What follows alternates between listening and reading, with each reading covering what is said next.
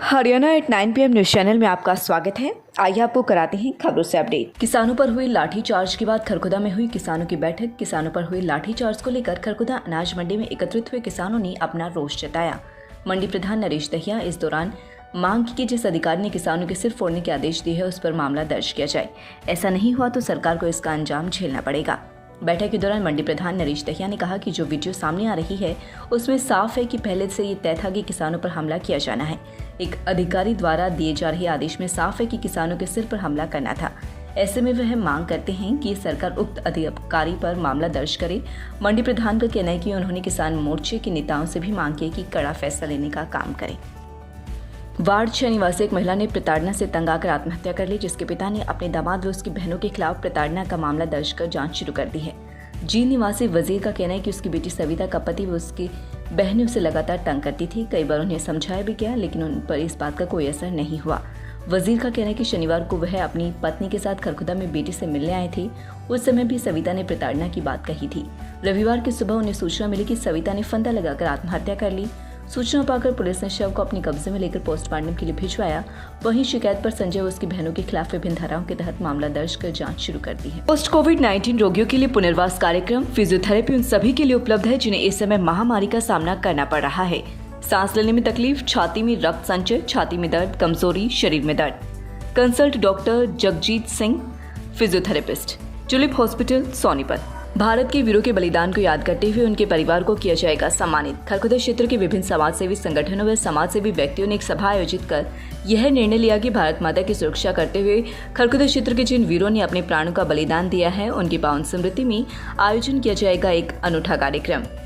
दहिया खाप की भारत खांडा के प्रधान अतर सिंह की अध्यक्षता में आयोजित सभा में उपस्थित जनों ने सर्वसम्मति से निर्णय लिया कि 26 सितंबर को जागृति स्थल खरखुदा में एक भव्य सम्मान समारोह आयोजन किया जाएगा, जिसका मुख्य उद्देश्य आने वाली पीढ़ियों को शहीदों के सम्मान में खड़ा करना व राष्ट्रभक्ति के प्रति जागरूक करना तथा वीर बलिदानियों के परिवारों को यह एहसास करवाना है कि उनके वीरों ने देश के लिए कितना बड़ा बलिदान दिया है।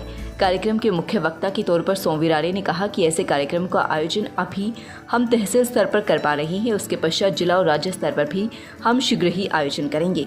ऐसे कार्यक्रमों के लिए आप सब मेरी जो जिम्मेदारी लगाएंगे मैं उसे पूरी कर्तव्य निष्ठा और ईमानदारी से अपने कर्तव्यों का पालन करूंगा। मोन्टू किढोली ने कार्यक्रम की रूपरेखा पर प्रकाश डालते हुए बताया कि जागृति स्थल में आयोजित किए जाने वाले कार्यक्रम में एनसीसी विभिन्न गांव के युवा, बुजुर्गों व माताओं और बहनों को विशेष स्थान लेना होगा, जिससे कार्यक्रम सुचारू और सभ्य तरीके से आयोजित हो सके। कार्यक्रम में उपस्थित जनों ने आर्यव्रत ट्रस्ट के मीडिया प्रभारी व तिरंगा युवा समिति के संस्थापक अध्यक्ष नवीन खांडा के सेवाभावी स्वभाव को देखते हुए समस्त कार्यक्रम की बागडोर सौंपने का निर्णय लिया। सभा के दौरान फ्यूचर लाइब्रेरी से पवन सिसाना, अजय सिसाना, भगत सिंह ब्रिगेड से नितेश, क्रांतिकारी मटिंडू, धर्मेंद्र रोहिला मटिंडू, सुखेंद्र थानाकला, राजकुमार खांडा, पंकज सिसाना, गौ सेवक नीरज रोहट, कमांडो आशीष दहिया, राकेश हसनगढ़ इत्यादि उपस्थित रहे। गली में विवाद, महिला ने लगाया दांत तोड़ने का आरोप। एक महिला ने गली को लेकर विवाद में हुई मारपीट व जान से मारने की धमकी देते हुए आरोप लगाया है। मामला दर्ज कर पुलिस ने जांच शुरू कर दी है। सिलाना निवासी महिला मोनिका का कहना है कि गली में अवैध कब्जे को लेकर पड़ोसियों के साथ विवाद है। न्यायालय में भी मामला विचाराधीन है। ऐसे में पड़ोसियों ने उन पर हमला कर दिया। हमले में उसका एक हाथ व एक दांत तोड़ दिया गया, जबकि अन्य को भी चोट मारी गई है। इतना ही नहीं, हमलावर उन्हें जान से मारने की धमकी दे रहे हैं। शिकायत पर फरमाना चौकी पुलिस ने 3 लोगों के खिलाफ विभिन्न धाराओं के तहत मामला दर्ज कर जांच शुरू कर दी है। राष्ट्रीय खेल दिवस के उपलक्ष्य में मोहित खांडा व नवीन खांडा ने हॉकी के जादूगर मेजर ध्यानचंद की याद में पौधारोपण किया व उन्हें श्रद्धांजलि दी। मोहित खांडा ने बताया कि मेजर ध्यानचंद, जो कि हॉकी के जादूगर थे, आज भी हम युवाओं के लिए प्रेरणा के स्रोत हैं और उन्हीं के जीवन से प्रेरित होकर हम आज खेलों की तरफ जा रहे हैं। खेलों से हमारा शरीर व मन दोनों ही स्वस्थ रहता है। यूपी के एक आईएएस अफसर की सड़क पर सब्जी बेचते हुए वायरल हो रही तस्वीरें। उत्तर प्रदेश सोशल मीडिया पर यूपी के एक आईएएस अफसर की सड़क पर सब्जी बेचते हुए तस्वीरें वायरल हो रही हैं। ऐसे में हर कोई मामले की सच्चाई जानने में दिलचस्पी दिखा रहा है। तस्वीरें वायरल होने की जानकारी पर खुद आईएएस अधिकारी अखिलेश मिश्रा ने सफाई दी है। उन्होंने सफाई देते हुए कहा कि मैं कल सरकारी कार्य से प्रयागराज गया था। वापस आते समय एक स्थान पर सब्जी देखने के लिए रुक गया। सब्जी विक्रेता एक वृद्ध महिला थी जिसने मुझसे अनुरोध किया कि मैं उसकी सब्जी पर नजर रखूं। वो एक पल में आती है। संभवतः उसका बच्चा दूर चला गया था। मैं यूं ही उसकी दुकान पर बैठ गया। इसी बीच कई ग्राहक आए। कुछ देर बाद वो सब्जी विक्रेता महिला आ गई। इसी दौरान मेरे एक दोस्त ने तस्वीरें ले ली और मेरे ही फोन से मेरी फेसबुक पर अपलोड कर दी, जो कि सोशल मीडिया पर काफी वायरल हो रही है। जब मुझे तस्वीरों की वायरल होने की जानकारी मिली तो मैंने उन्हें फौरन हटा दिया। बता दें कि आईएएस अखिलेश मिश्रा ट्रांसपोर्ट विभाग में विशेष सचिव के पद पर कार्यरत हैं। आईएएस अखिलेश मिश्रा ने खुद भी कई ग्राहकों को सब्जी बेच दी। इस दौरान वे खुद भी एंजॉय करते हुए नजर आए। सब्जी की दुकान पर IAS Akhilesh Mishra. Success story. बचपन के दोस्तों ने साथ की पढ़ाई और फिर की शादी।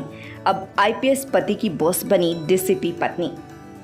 आपने आज तक कई सक्सेस स्टोरी पढ़ी, लेकिन आज हम आपको जिनके बारे में बताने जा रहे हैं उनकी कहानी किसी बॉलीवुड फिल्म से कम नहीं है। डीसीपी वृंदा शुक्ला और आईपीएस अंकुल अग्रवाल दोनों बचपन के दोस्त हैं और जन्म जन्म के साथी, लेकिन घर के साथ वृंदा ऑफिस में भी अंकुल की बॉस हैं। उत्तर प्रदेश के नोएडा में आईपीएस अफसर अंकुल अग्रवाल और उनकी पत्नी वृंदा शुक्ला दोनों बचपन के दोस्त हैं। दोनों ने एक साथ पढ़ाई की और इसके बाद दोनों आईपीएस अफसर बनी और फिर साल 2019 में 7 जन्म साथ रहने की कसम खाई। अंकुर अग्रवाल और वृंदा शुक्ला हरियाणा के अंबाला में एक दूसरे के पड़ोसी थे। वृंदा और अंकुर ने Ambala convent Jesus and Mary school से 10वीं तक की पढ़ाई साथ में पूरी की थी। इसके बाद दोनों अलग हो गए क्योंकि वृंदा पढ़ाई के लिए अमेरिका चली गई और अंकुर ने भारत में रहकर इंजीनियरिंग की। लेकिन कहते हैं ना, जिनको मिलना होता है कुदरत उन्हें करीब ला ही देती है। पढ़ाई पूरी करने के बाद वृंदा अमेरिका में नौकरी कर रही थी और अंकुर बेंगलुरु में। 1 साल तक बेंगलुरु में नौकरी करने के बाद अंकुर अमेरिका चली गई और किस्मत से दोनों को फिर से मिला दिया। अमेरिका में नौकरी करने के दौरान ही दोनों ने यूपीएससी की तैयारी की। साल 2014 में वृंदा ने दूसरे प्रयास में सफलता हासिल की और वह आईपीएस अफसर बनी और वृंदा को नागालैंड कैडर मिला। और इसके 2 साल बाद यानी कि साल 2016 में अंकुर पहले प्रयास में सफलता हासिल कर आईपीएस अफसर बनी। उन्हें बिहार कैडर मिला। दोनों ने सफलता हासिल कर ली और अब वक्त था बचपन की दोस्ती को प्यार में बदलने का। वृंदा शुक्ला और अंकुल अग्रवाल दोनों ने आईपीएस बनने के बाद शादी करने का फैसला किया और फरवरी 2019 में 7 जन्म साथ रहने की कसम खाई। 1 सितंबर से 4वीं व 5वीं कक्षा के बच्चे पहुंचेंगे स्कूल। बच्चों के ग्रुप बना पढ़ाएंगे सभी अध्यापक ताकि सोशल डिस्टेंस मेंटेन रहे। कोरोना महामारी के बाद 1 सितंबर से हरियाणा के सभी प्राइमरी स्कूल 4वीं व 5वीं कक्षा के छात्रों की पढ़ाई के लिए खोले जा रहे हैं। अभी तक प्राइमरी अध्यापक स्कूलों में खाली बैठकर वापस लौट रहे थे। अब अध्यापकों को छात्र मिलेंगे। योजना यह है कि जो 4वीं और 5वीं कक्षा के छात्र स्कूल आएंगे उन छात्रों के ग्रुप बनाए जाएंगे। वे सभी अध्यापक एक एक ग्रुप को पढ़ाएंगे क्योंकि छात्रों की पढ़ाई पिछले करीब 2 वर्षों से प्रभावित चल रही है। ऐसे में बच्चों को जल्दी सिलेबस कराया जा सके, इसके लिए 4वीं व 5वीं कक्षा के छात्रों को सभी अध्यापकों में डिवाइड किया जाएगा ताकि अध्यापक भी रूटीन में आ सके और कम से कम 4वीं व 5वीं कक्षा के छात्रों की पढ़ाई का स्टार्टअप अच्छे से हो सके। इससे पहले प्रति कक्षा केवल एक अध्यापक ही बच्चों को पढ़ाते थे, लेकिन पहले से तीसरी कक्षा के लिए अभी स्कूल नहीं खोले गए, इसलिए पहली से तीसरी कक्षा के अध्यापक अध्यापिका भी 4वीं व 5वीं कक्षा के छात्रों को ही पढ़ाएंगे ताकि बच्चों में सोशल डिस्टेंस भी मेंटेन हो सके और उनकी पढ़ाई भी अच्छे से कराई जा सके। इस तरह से सभी अध्यापक बच्चों को पढ़ाएंगे तो सभी बच्चों पर अच्छे से ध्यान दिया जा सकेगा। डीएसपी नवीन गुलिया ने इस बारे में बातचीत की गई तो उन्होंने बताया कि प्रदेश सरकार के निर्देशों मुताबिक सभी प्राइमरी स्कूल 4वीं व 5वीं कक्षा के छात्रों के लिए खोले जा रहे हैं। जो बच्चे स्कूल में आएंगे उनको सभी अध्यापक व अध्यापिकाएं डिवाइड करके पढ़ाएंगे ताकि सोशल डिस्टेंस मेंटेन रहे व बच्चों की पढ़ाई अच्छे से कराई जा सके। सभी प्राइमरी अध्यापक इसका खुद भी ध्यान रखेंगे। बच्चों की पढ़ाई किसी भी सूरत में स्कूलों में प्रभावित नहीं होनी चाहिए। लगातार खबरों से अपडेट रहने के लिए चैनल को सब्सक्राइब जरूर करें। समाचार व विज्ञापन के लिए नीचे दिए गए नंबरों पर संपर्क करें। धन्यवाद।